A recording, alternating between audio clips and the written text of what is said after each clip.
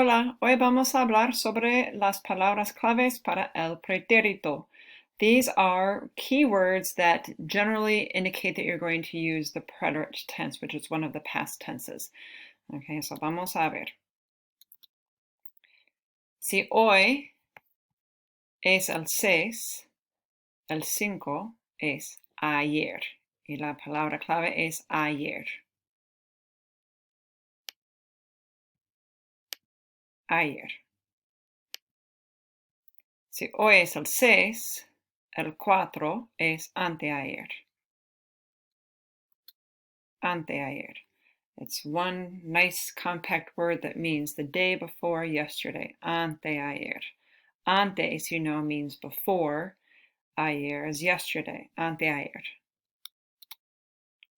El día anterior. El día anterior. El sábado pasado. Si hoy es el martes, el 6, ese es el sábado pasado.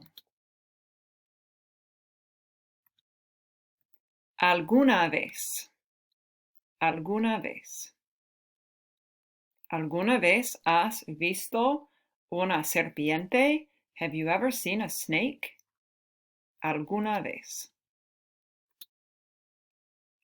Si hoy es el 6, este es el fin de semana pasado. El fin de semana pasado.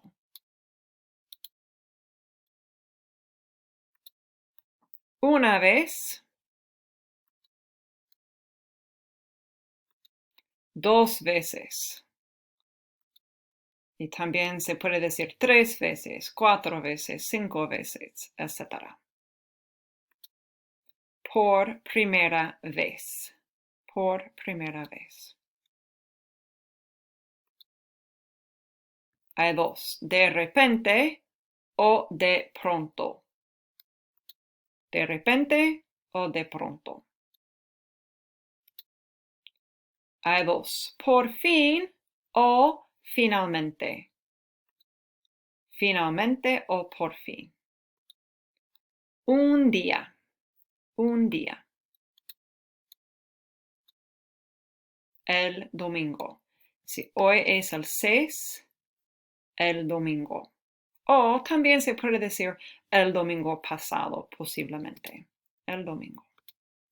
Anoche. Anoche.